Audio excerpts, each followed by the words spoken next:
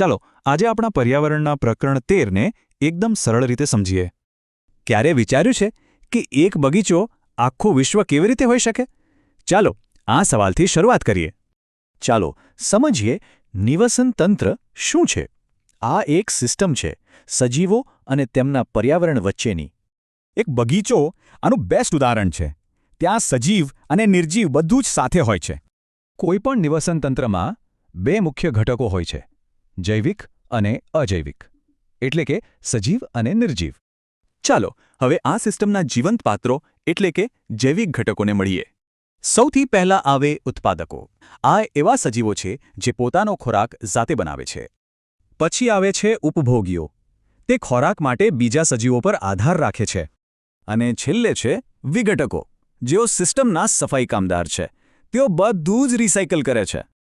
તો આ બધા વચ્ચે ઊર્જા કેવી રીતે વહે છે? જવાબ છે આહાર શૃંખલા દ્વારા. દરેક શૃંખલાની શરૂઆત ઉત્પાદકથી થાય છે, જેમ કે ઘાસ જે સૂર્યમાંથી ઊર્જા મેળવે છે. હવે એક તીડ જેવો પ્રાથમિક ઉપભોગી ઊર્જા માટે એ ઘાસને ખાય છે. પછી એક દેડકો જેવો દ્વિતીય ઉપભોગી એ તીડને ખાય છે. અને પછી સાપ જેવા તૃતીય ઉપભોગી દેડકાને ખાઈને ઊર્જાના પ્રવાહને આગળ વધારે છે. પણ શું થાય જ્યારે કોઈ હાનિકારક તત્વ આ શૃંખલામાં પ્રવેશે?